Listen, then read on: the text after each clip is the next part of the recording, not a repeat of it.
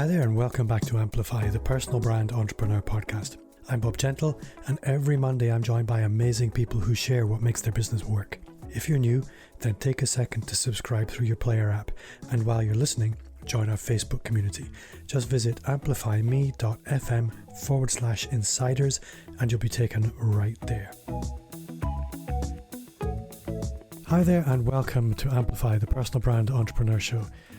Every week, I'm joined by amazing people who share what makes their business work. And this week, I'm really excited to be joined by Liz Scully from Rethink Central. And Liz, for those people who don't know you, why don't you just start by telling us a little bit about who you are, where you are, and the kind of work you do? Well, it's lovely to be here. Thank you for having me.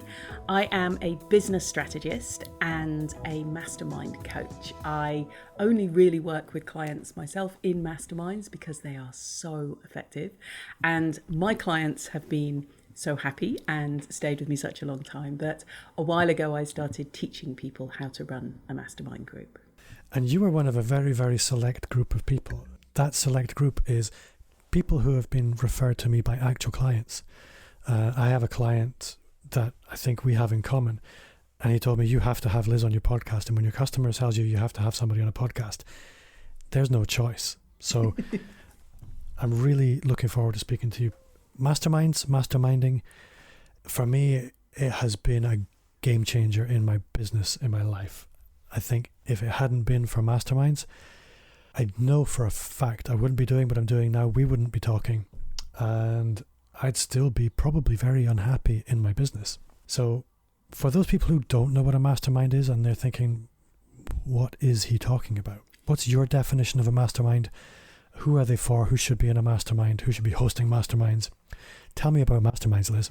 So part of the problem I have with masterminds is there is many definitions. So I'm glad you asked me what mine is, which is a mastermind in itself, in essence, is a group that meets regularly, shares information, and sets a goal that you will have done by the next time you meet. It's super simple. And because it's so simple, it can be incredibly effective. Like a coaching conversation, you're just talking to someone, but the results can be amazing. With a mastermind group, because it has longevity, because those people are with you for a long time, they see the evolution of your business. They see where you perhaps have blind spots in a way that one-to-one coaching sometimes doesn't, because you're not with that person for a long time. Many people are in my mastermind groups for 3 years, for 5 years, and that's because it works. And as to who should run them, everybody. Who should be in them? Everybody. I mean, I'm quite evangelical, as you can tell. So for those people who haven't experienced a mastermind group, there might be some misconceptions or misinterpretations. So one for me is, what would be very different from a mastermind group to something like a networking group? And I'm thinking, for example, I don't know if you've ever experienced BNI groups, sort of local networking groups where, again, people are together for a long period of time. How would you characterize a mastermind as being different from a networking group like that? Well, BNI is, of course, fabulous, but as you say, it is a networking group. A mastermind group, particularly the sort I run, is a small, intimate group. It's 4 to 6 people who are there for you through thick and thin. And the big difference between BNI and similar groups is that you set goals at the beginning of the mastermind. So you're going to be together for 6 months or for a year. When I work with my clients, we set a big plan. This is what if you want to be earning an extra 100,000 3 years from now, what do you have to do the year after and next year and this year, and what do you need to do in this 6 months to get that done?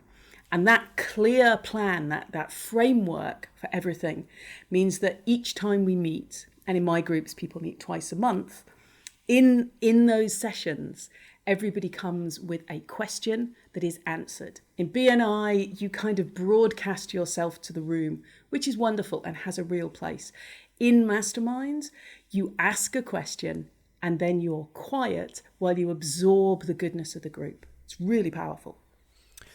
So I get that. And I was quite clear on the distinction, but I think there's a lot of misconceptions, misunderstandings. For a lot of people, if they've never experienced a mastermind, these are the conclusions they're going to draw or the assumptions that they're going to make. So I think it's important to look at what are the assumptions people might make about masterminds and sort of try and dispel some of those myths. What other things do you hear people talking about when they push back against the idea of a mastermind, where they've maybe misunderstood or had some false assumptions around what it actually is? Well, because there isn't a federation, there isn't a body looking after masterminds, although one day I will fix that. I will create the Federation of Mastermind Excellence, FOAM, probably nice. Simply because I want to be head of the federation. I would like to manage the whole thing.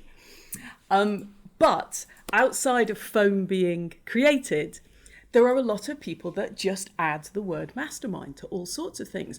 The effective part of a mastermind is the group together, people who see you and understand you. So sometimes people will take a Facebook group with 10,000 people in it and call it a mastermind. That, my friends, is not a mastermind. Not even close to a mastermind. So that's one of the biggest things. I was in a mastermind, there were 1,000 people in it, it was rubbish. Well, yes, it would be. So first of all, it's a smallish number. It is people where you know everybody. That is really important. And that makes a big difference. Now, you can also potentially run, and I've done it myself, you can run a mastermind where it's all peers together. There's no one coach in charge. And that can work very well. Obviously, when I'm in a mastermind, I tend to be the person doing that because that's the main part of my business. But they can be terrible. Free masterminds tend to fall apart quite quickly because facilitation and curation, the right people in the group, and making sure that the balance of who speaks and the coaching and the mix of people is right. If you don't have somebody looking after that, it can get awful one-sided where one person is just taking up all the oxygen in the room, and that is painful. And if you've experienced something like that that's called a mastermind, they are painful. I get that, and I think I've seen all different kinds. And my next question was going to be, and you've halfway answered it, but I think there's probably another answer as well.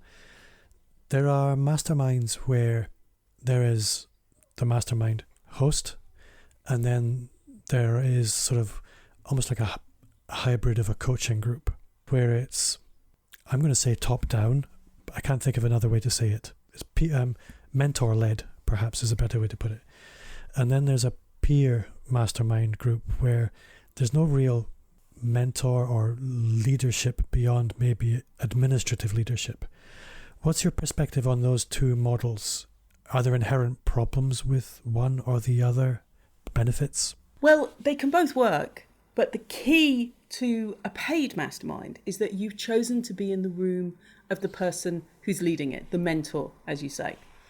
With a free mastermind or a peer-led mastermind, you potentially haven't curated as carefully. Sometimes you have. Sometimes you've chosen your 3 most successful people and they are absolutely in accordance with each other. But often a free mastermind, the only curation is, I like my friend yeah. is available on a Wednesday. And we need a bit more than that, really. So often, and those free masterminds, often they sort of fizzle out after 2 or 3 months because that driving force isn't at the same rate. In a peer-led mastermind, you can have this amazing support group, but you're also, if you're the person facilitating it, you're doing this quite complicated mental thing, which is you have to at some point shift gear from, you speak next and you speak next. And I think we've heard enough from you now. That side of facilitation, you then have to shift gear to be in, and now I'm in the hot seat. Now I have to ask a question. And that is quite a difficult sort of mental piece of juggling to do. It's possible, of course it is, but it's not fun. I can see that. I really, really can see that that's 2 very different modes of being, from being a host to participant. It's a difficult switch to make. Absolutely. And also, if I may add to that, there's also part of it, if some masterminds mix training and masterminding in the same call. And I strongly suggest that is not the best way to do it for the same reason. Because if you are teaching one to many, your brain as one of the many is in a kind of receiving mode. You're writing down information and you're fact checking and questioning. So you're in a kind of a how and a what mode. But for masterminding to work, you want to be in an emotional space where you are thinking about the best way to support the group. So you're sharing, you're all leaning in together. And that shift between one to many and we're all here together, again, just like the shift from facilitating to being, from participant to host is hard. It is equally hard to go from I'm learning, oh wait, now I'm in a more of a commune with the group. Yeah.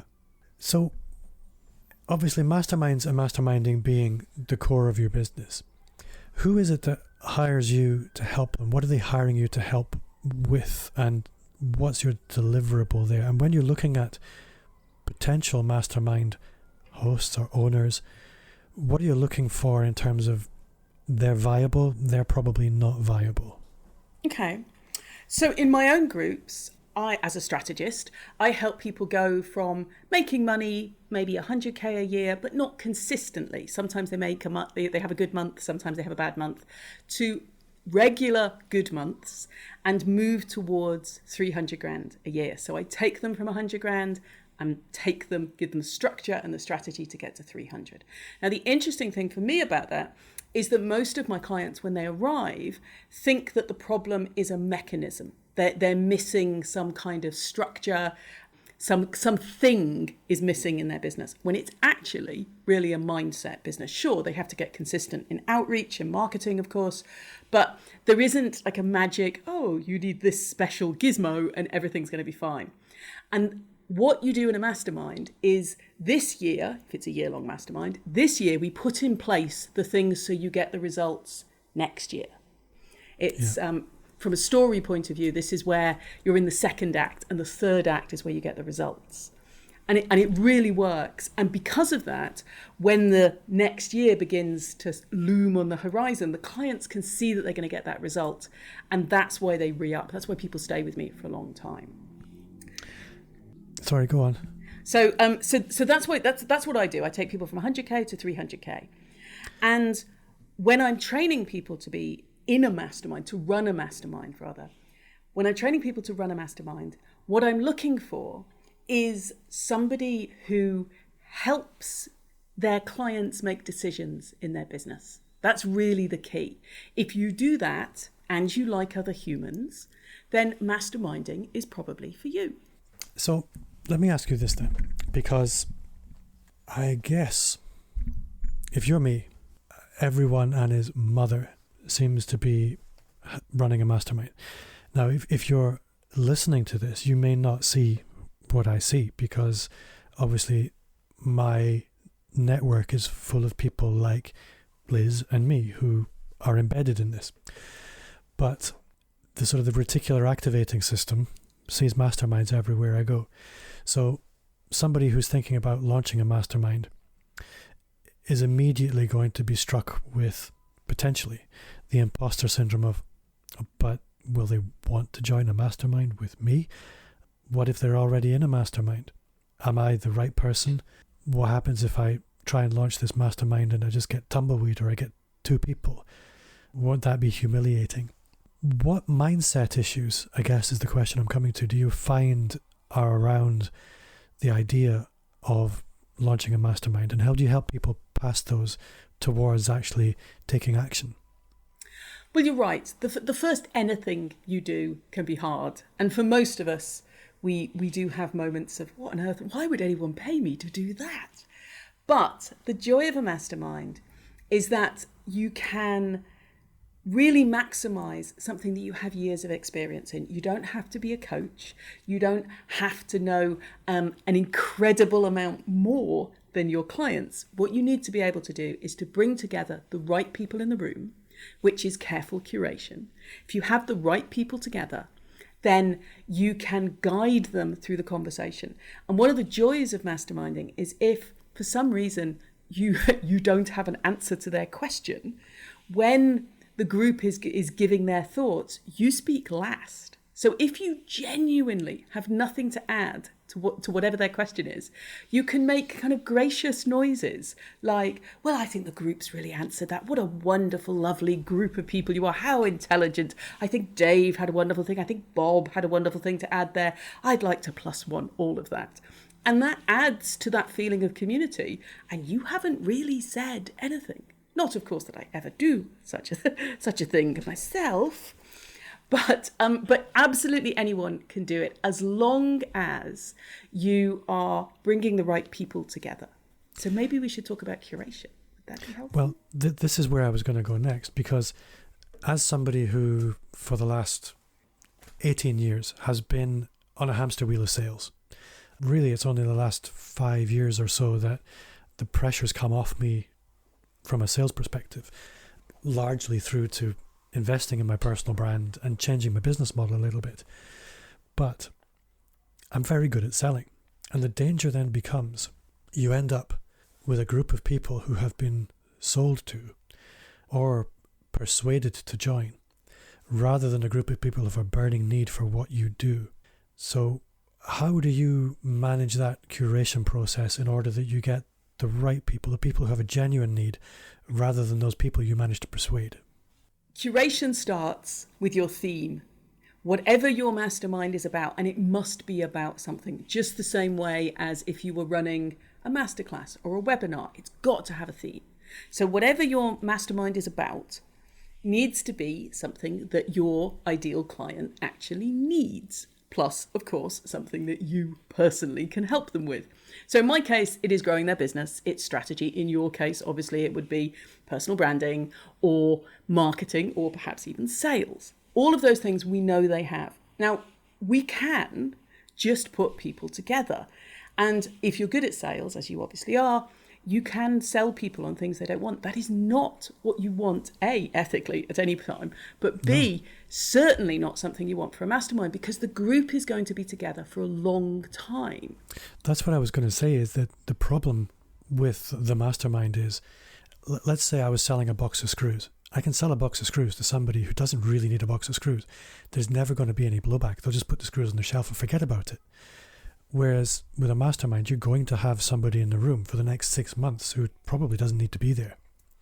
True. And that's a real problem. So in my own business, I have two ways to get around this. So first of all, I say very, very clearly that there are no refunds. Once you're in, you're in. It's the Hotel California policy. And that's because I want to make sure that once people join, they're certain. And next to the Hotel California policy is, if you have any doubts, don't buy. Let's hop on a call and check this is a good fit. And what I'm looking for in a client like that is I'm not just looking in the client, I'm looking at what the group needs. And a good, well-balanced mastermind has several things that are quite important. Obviously, there's the basics like people are moving in the same direction for their goals. They have, roughly speaking, the same goals, but they're also moving at the same speed to those goals. So if you and I wanted to make $1 million this year, and you're at 900,000 and I'm just starting, we're not moving at the same speed. You would be annoyed by how slow I am, and I would be terrified by how experienced you are. Except if you are very close to your $1 million and I'm just starting, but this is my 6th business. And I've just left a business where I had a wonderful exit. I have millions of dollars to spend on this. I have a massive team, and I might be moving more quickly than you are. In which case you might feel intimidated by the fact that, good God, this woman seems to be, she can do stuff in the 2 weeks between calls that I can't even dream of. So you want that same speed to goal. That's really important. So one of the other things that's really important for curation is to have a mix of people. Not just personalities, but a mix of introverts and extroverts. Because the way introverts and extroverts, it's not about how you feel about being in the crowd, it's how your mind processes that is quite important. Introverts tend to do a lot more internal thinking and then bring out an idea that's mostly formed to share. Whereas extroverts, we tend to think and clarify our thoughts by speaking. Now, you need both sorts in a group, but you also, from a curation point of view, that energy is going to be very helpful. And from a facilitation point of view, you need to warn the introverts before you speak to them, because otherwise they will say, I haven't got anything, I'm still thinking about it. And you need to warn the extroverts if you're going to make them wait, because they will get to a point where they're like, oh, I've forgotten what I was going to say now. It's all part of facilitation. So a mix of people, similar goals, a similar speed to goal, and then also the basics, like you personally, I think this is really important, you personally have to like the group. Yeah. As you might know, this show is supported by our sponsor, Agora Pulse. Now, you know how hard it is to juggle all the things in your business, the accounts, the meetings, the never-ending inbox, and that's why I teamed up with Agora Pulse to give you more than 5 hours back a week when it comes to managing your social media marketing. No complicated Excel docs, long emails, or millions of open tabs. Simply manage all your social media channels in one place. Go to amplifyme.agency/Agora Pulse to score 2 months for free on me. Now, all you have to do is figure out how you want to spend those spare 5 hours. I would like to talk money because obviously we're all in business to make money, and the reason somebody would introduce a mastermind into their business model or their product line is because they want to increase their revenue. So where should a mastermind sit within your product mix, and what impact can it have on your other offerings, if you see what I mean? Because if you introduce a mastermind at, say, £500 a month, well, if you are currently offering one-to-one coaching at $500 a month, there's a mismatch there, there's a disconnect. Yes. So how do you find people's product ecosystems shift when they start to bring in a mastermind? Well, there's two places you can put a mastermind. You can put it below your one-to-one coaching as a cheaper way to work with you. I have a friend who is a director of marketing, and she is, I think she's 10,000 a month normally. So she has a mastermind that is 2,000 a month. So she's getting the same amount for the 5 or 6 people in a group for the time she spends with them, and they're getting a break on the price because they're in a group. Or you can position it so that it's something you graduate into after you've done the one-to-one time. After you've got all the basics in place, then you are an alum and can move into a much more exciting high-range group. And there, part of what you're selling is the other people in the group. The fact that you are moving in lockstep with a group of people who are your community now because you're in the mastermind together. And how would you advise somebody to manage pricing on a mastermind within the context of their business at that time? Well, obviously, it depends where you start. But where I suggest for my students, and all my pricing, as you probably noticed, all my pricing is in US dollars because that's where most of my clients are. But what I suggest you do is that the very first mastermind is only 3 months, not a 6 month, not an 8 month, not a year, just 3 months. So you can see if you like it or not. So that's 7 sessions. And in 3 months, you can do something very specific. It might be the first step of all the work you do with your clients. It could be, if it was a book coaching mastermind, it might be you outline the book. It's that kind of thing. So you do something specific. And in that, you would then have a choice on where you position it. So where I suggest people start is that you start at $500 a month, and that you offer that very first one, instead of a $1,500, you offer an early bird that brings it to just under $1,000. So that if you have 4 people, you're going to earn just under $4,000, or 6 people, just under $6,000. Now, if you're listening to this and thinking, but I want to charge much more than that, absolutely do that. There is pretty much no limit to how you price this, just as you would with coaching.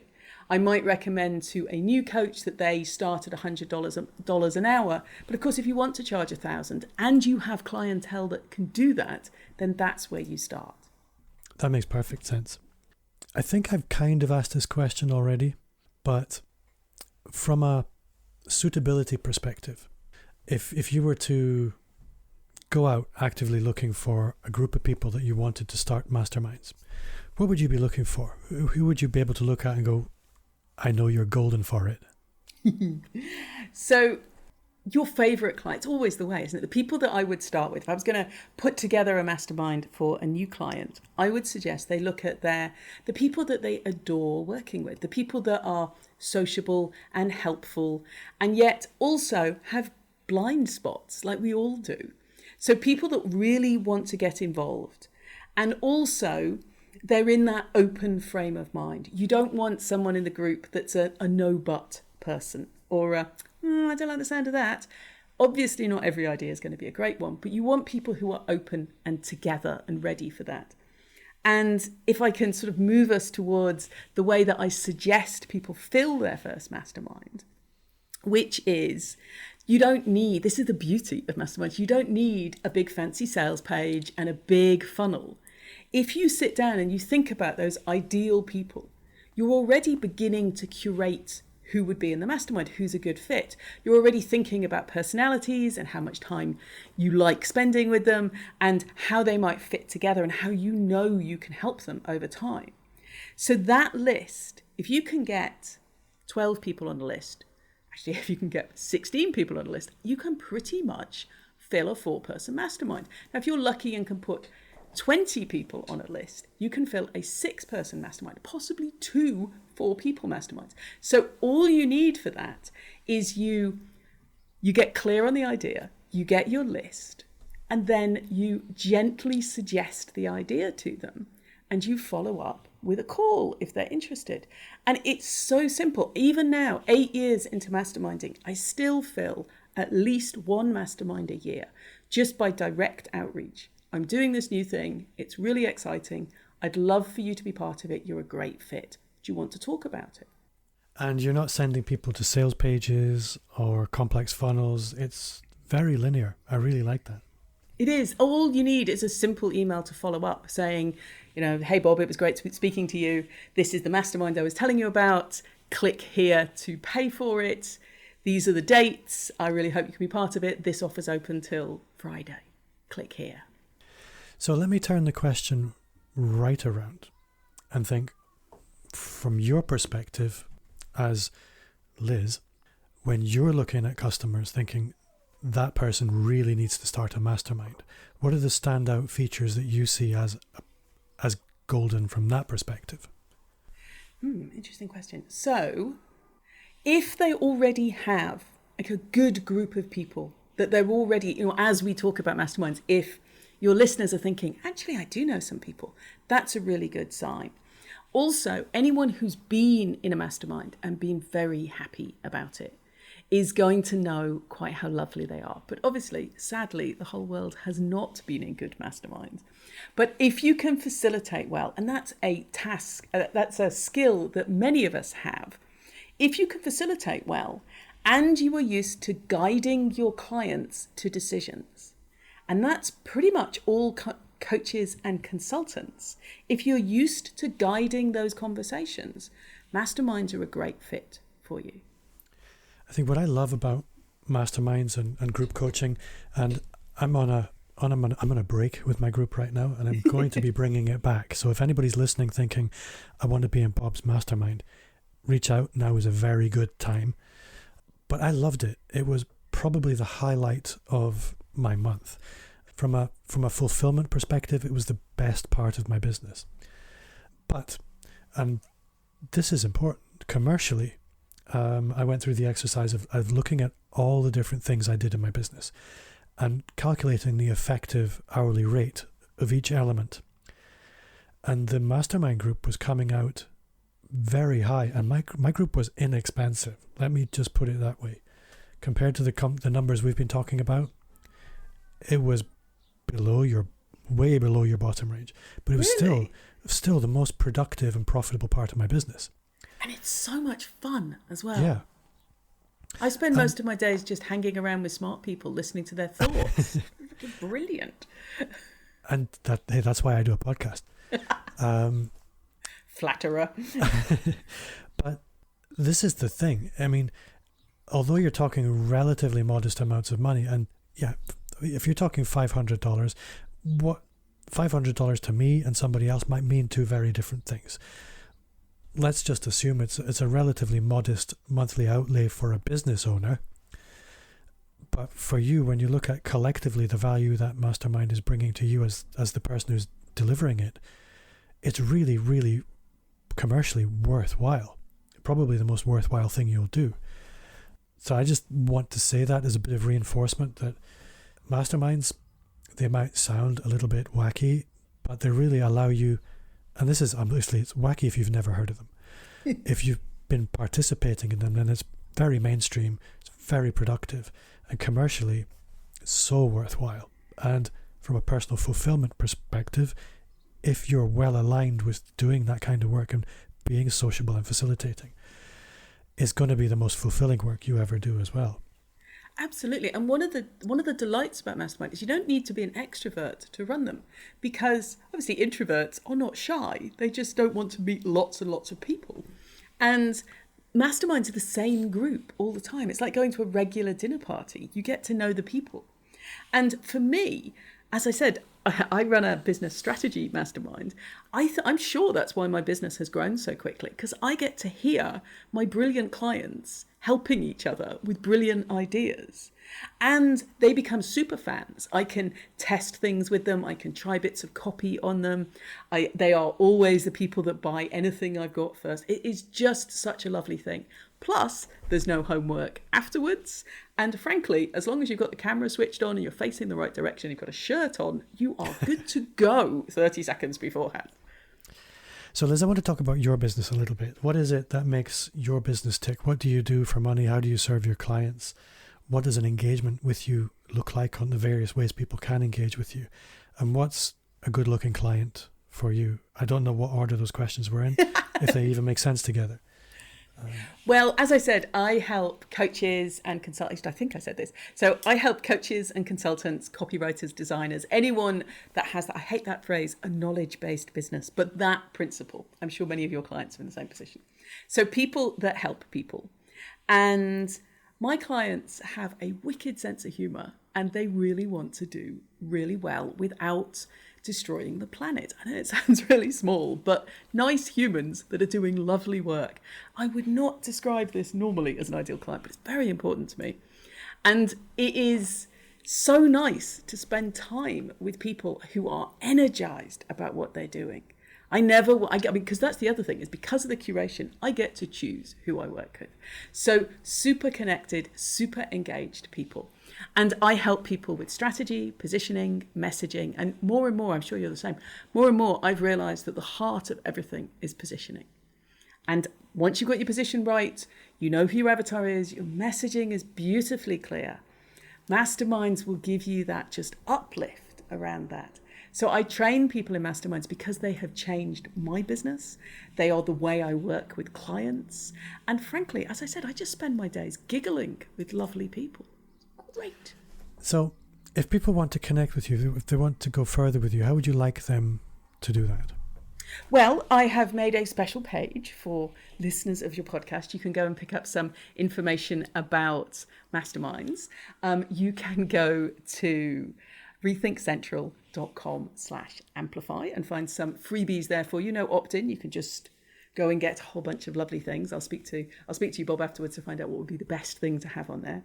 Okay. And if you would like to follow me via Instagram, you can find me at Rethink Central. And also, I'm just starting a new business called Evil Coach, which is ridiculous and it's not for everyone, shall we say? It's not for everyone. It's quite salty. But if you fancy checking that out, it's all the things I've ever wanted to say as a coach with a weird side of kink. It is very strange. It's also on Instagram. It's Obey Evil Coach. It's edgy. Exactly. It's a bit of a left turn from coaches and copywriters. It's fantastic. It makes me giggle. So Liz, I'm going to finish with one question that I remember to ask everyone these days. And that's, what's one thing you do now that you wish had started 5 years ago?